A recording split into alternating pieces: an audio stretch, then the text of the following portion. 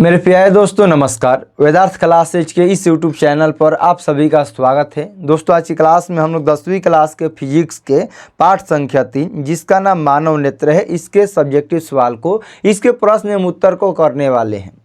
दोस्त मैंने पहले क्लास में बताया था कि आपको केवल इस चैप्टर का 20 सब्जेक्टिव सवाल को याद करना है। लघुत्तरीय प्रश्न में से मानव नेत्र में से यदि सवाल पूछा जाएगा तो इन्हीं 20 सवाल में से आपसे पूछा जाएगा।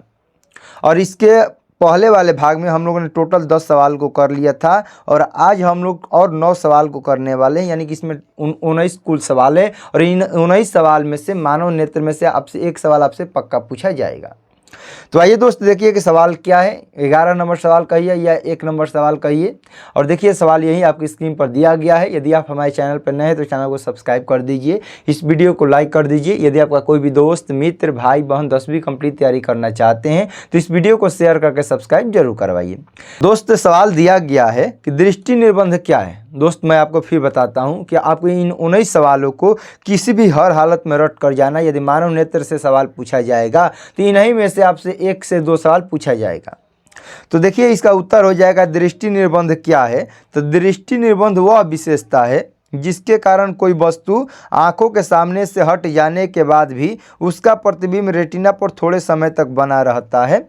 यह समय लगभग 1/16 सेकेंड होता है। दृष्टि निर्बंध वह विशेषता है जिसके कारण कोई वस्तु आंखों के सामने से हट जाने के बाद भी उसका प्रतिबिंब रेटिना पर थोड़े समय तक बना रहता है और ये जो समय है लगभग 1/16 सेकेंड होता है। और यहाँ से एक सवाल आपसे ऑब्जेक्टिव में भी पूछा जाता है। अगला सवाल दोस्त दिया गया है, प्रश्न संख्या 2 कहिए या प्रश्न संख्या 12 कहिए। कांच के प्रिज्म से गुजरते हुए श्वेत प्रकाश के वर्ण विक्षेपण की व्याख्या कीजिए। तो प्रकाश के वर्ण विक्षेपण किसे कहते हैं, इसका हम लोग परिभाषा लिखते हैं कि जब श्वेत प्रकाश प्रिज्म से होकर गुजरता है तो श्वेत प्रकाश के विभिन्न रंगों में विभक्त होने की घटना को प्रकाश का वर्ण विक्षेपण कहते हैं। प्रकाश का वर्ण विक्षेपण किसे कहते हैं, जब श्वेत प्रकाश प्रिज्म से होकर गुजरता है तो श्वेत प्रकाश के विभिन्न रंगों में विभक्त होने की घटना को प्रकाश का वर्ण विक्षेपण कहते हैं। और ये इसका चित्र दिया गया, आप लोग देख सकते हैं। इस यहाँ बैगनी है, जामुनी है, नीला है, हरा है, पीला है, नारंगी है और लाल है।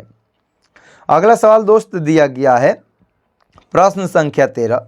सूर्य के प्रकाश के उन 2 घटकों के नाम लिखिए जो हमें दिखाई नहीं देते हैं। तो सूर्य के प्रकाश के उन 2 घटकों के नाम लिखिए जो हमें दिखाई नहीं देते हैं। तो उनका नाम 2 है, एक पराबैंगनी किरण, एक है अवरक्त किरण। पराबैंगनी किरण और रक्त किरण एक ऐसा घटक है जो सूर्य के प्रकाश के ये दिखाई नहीं देते हैं। ये सही उत्तर हो जाएगा कि सूर्य के प्रकाश के 2 घटक जो हमें दिखाई नहीं देते हैं उनका नाम है, एक है पराबैंगनी किरण और एक है अवरक्त किरण। अगला सवाल है, तारे क्यों टिमटिमाते हैं। देखिए 2 बार पूछा गया सवाल है तो आप लोग याद रखिएगा, थोड़ा सा ये भारी हो जाता है, बड़ा हो जाता है। यदि आप लोग कहानी जैसा पढ़िएगा ना तो ये आपको खुद ब खुद याद होने लगेगा। तो एक बार ध्यान से आप लोग पढ़िए, मैं आपको पढ़कर सुना देता हूँ। पृथ्वी का वायुमंडल कभी शांत नहीं होता है। गर्म तथा ठंडी हवा की धाराएं हमेशा बहती रहती है। ठंडी हवा की अपेक्षा गर्म हवा का घनत्व और अपवर्तनांक कम होता है।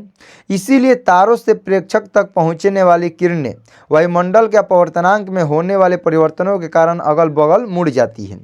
कभी कभी मध्यवर्ती वायुमंडल में एकाएक परिवर्तन होने के कारण किरणें एक ओर विचलित हो जाती है, जिससे प्रकाश प्रेक्षक से थोड़े समय के लिए अंशतः कट जाता है।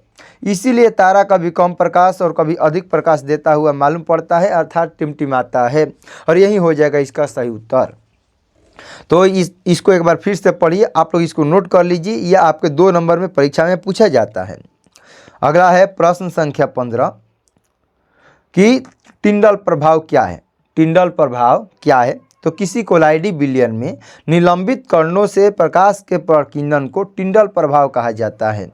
किसी कोलाइडी विलयन में निलंबित कणों से प्रकाश के प्रकीर्णन को टिंडल प्रभाव कहा जाता है। जैसे मतलब समझ सकते हैं, अंधेरे कमरे में खिड़की से आती किरणों का धूल के कारण स्पष्ट दिखाई देना। यदि आप लोग कभी भी खिड़की हम लोग का बंद रहता है, कहीं छेद रहता है, उसमें से सूर्य का जो किरण निकलता है वो उसको हम लोग स्पष्ट देख सकते हैं। वही हम लोग का क्या हो जाएगा, टिंडल प्रभाव हो जाएगा। अगला सवाल है कि रेलवे के सिग्नल का प्रकाश लाल रंग का ही क्यों होता है। रेलवे के सिग्नल का प्रकाश लाल रंग का ही क्यों होता है? तो पिछले भी क्लास में इस सवाल को देख लिया था, लेकिन यहाँ पर दोबारा रिपीट कर दिया है। तो चलिए हम लोग पढ़ लेते हैं। रेलवे सिग्नल में लाल रंग का प्रयोग खतरे का संकेत के लिए किया जाता है, क्योंकि लाल रंग का तरंगदैर्घ्य सबसे अधिक होने के कारण प्रकीर्णन सबसे कम होता है, जिससे कोहरे या कुहेसे में ये दूर से भी स्पष्ट दिखाई देता है। और यही हो जाएगा इसका सही उत्तर। अगला सवाल है दोस्त कि किसी अंतरिक्ष यात्री को आकाश नीले की अपेक्षा काला क्यों प्रतीत होता है? किसी भी अंतरिक्ष यात्री को आकाश नीला न दिखाई देकर काला क्यों दिखाई देता है? इसका उत्तर है कि किसी अंतरिक्ष यात्री को आकाश नीला की अपेक्षा काला इसलिए प्रतीत होता है क्योंकि आकाश अधिक ऊंचाई पर है और वहाँ वायुमंडल नहीं है। आकाश अधिक ऊंचाई पर है और वहाँ वायुमंडल नहीं है, इसीलिए वहाँ कोई प्रकीर्णन नहीं होता है। इस कारण अत्यधिक ऊंचाई पर यात्रा करते हुए यात्रियों को आकाश काला प्रतीत होता है। यानी कि आप लोग लिखिएगा, क्योंकि आकाश का अधिक ऊंचाई होने के कारण वहाँ वायुमंडल नहीं है, इसीलिए वहाँ कोई प्रकीर्णन नहीं होता है। इसी कारण अत्यधिक ऊंचाई पर यात्रा करते हुए यात्रियों को आकाश नीला न दिखाई देकर काला दिखाई पड़ता है।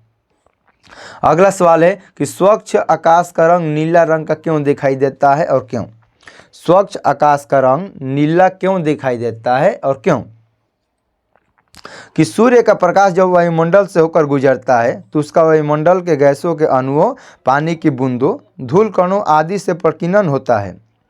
जब सूर्य का प्रकाश वायुमंडल से होकर गुजरता है तो वायुमंडल के गैसों के अणुओं, पानी की बूंदों और धूल कण आदि से प्रकीर्णन होता है। इनमें सबसे सूक्ष्म कण गैस के अणु होते हैं, जो नीले रंग को अधिक प्रकीर्णित करते हैं। यही प्रकीर्णित प्रकाश हमारी आंखों तक पहुंचता है और इसलिए हमें आकाश नीला प्रतीत होता है। और यही हो जाएगा हम लोग का सही उत्तर। अगला और हम लोग का दोस्तों अंतिम सवाल 19 नंबर सवाल दिया गया है कि सूर्योदय के समय सूर्य रक्तताप क्यों प्रतीत होता है? या इसी को दूसरा भाषा में बोल सकता है कि सूर्योदय एवं सूर्यास्त के समय सूर्य रक्तताप क्यों प्रतीत होता है, यानी सूर्य लाल रंग का क्यों प्रतीत होता है। और ये जो सवाल है 18 में, 19 में 22 में पूछा गया सवाल है। इसका उत्तर हो जाएगा दोस्त, सूर्योदय और सूर्यास्त के समय सूर्य क्षितिज के पास होता है, इसलिए सूर्य के प्रकाश को वायुमंडल में अधिक दूरी तय करनी पड़ती है और इसे अधिक कोणों से होकर गुजरना पड़ता है, जो मुख्यतः नीले रंग को प्रकीर्णित कर देता है। अतः जो बचा हुआ प्रकाश हमारी आंखों तक आता है उसमें मुख्यतः लाल रंग होता है। यही कारण है कि सूर्योदय और सूर्यास्त के समय सूर्य लाल दिखाई पड़ता है। तो उत्तर आप लोग फिर से लिख लीजिएगा, सूर्योदय और सूर्यास्त के समय सूर्य क्षितिज के पास होता है, इसीलिए सूर्य के प्रकाश को वायुमंडल में अधिक दूरी तय करनी पड़ती है और इसे अधिक कणों से होकर गुजरना पड़ता है, जो मुख्यतः नीले रंग को प्रकीर्णित कर देता है। अतः जो बचा हुआ प्रकाश हमारी आंखों तक आता है उसमें मुख्यतः लाल रंग होता है। यही कारण है कि सूर्योदय और सूर्यास्त के समय सूर्य लाल रंग का दिखाई पड़ता है। और यही हो जाएगा हम लोग का सही उत्तर। तो चलिए दोस्त, इन सभी सवालों को आप लोग याद रखिएगा, रट लीजिएगा। आज की क्लास को यहीं पर समाप्त करते हैं। क्लास कैसा लगा कमेंट में जरूर बताइए। यदि आप हमारे चैनल पर नए हैं तो चैनल को सब्सक्राइब कर दीजिए। यदि आपको 10वीं क्लास के किसी भी सब्जेक्ट का नोट्स PDF चाहिए तो दिए गए इस नंबर पर व्हाट्सएप पर कॉल या मैसेज करके PDF प्राप्त कर सकते हैं। तो ठीक है दोस्त, मिलते हैं अगले क्लास में। तब तक के लिए आपको जय हिंद, जय भारत। यदि आप हमारे चैनल पर नए हैं तो चैनल को सब्सक्राइब कर दीजिए, इस वीडियो को लाइक कर दीजिए। यदि आपका कोई दोस्त, मित्र, भाई बहन 10वीं कंप्लीट तैयारी करना चाहते हैं तो इस वीडियो को शेयर करके सब्सक्राइब जरूर कीजिए।